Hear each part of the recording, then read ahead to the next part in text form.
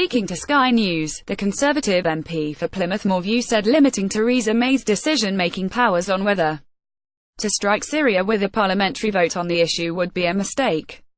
Mr. Mercer added that sharing all the confidential information on the case currently in the hands of the Cabinet and the National Security Council with the rest of Parliament would burn assets for the future security of the nation, he said.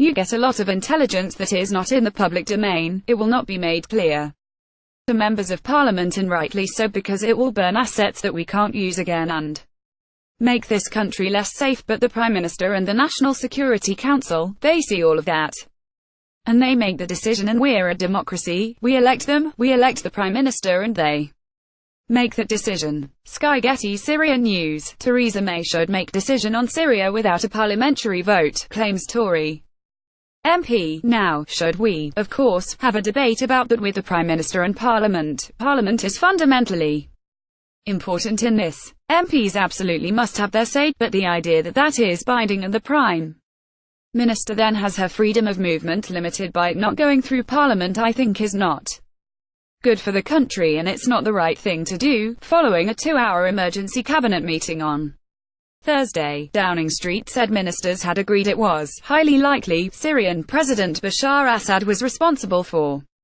the attack on Saturday on the rebel-held town of Douma, which reportedly left dozens dead. In a statement issued following the meeting, it said there had been agreement around the cabinet table that such actions should not go unchallenged, and that the UK would continue to work with the US and France to coordinate an international response. Intelligence will not be made clear to MPs, and rightly so, because it will burn assets that we can't use again. Johnny Mercer. Mrs. May and US President Donald Trump spoke hours after this meeting and reiterated that the use of chemical weapons should not go unchallenged.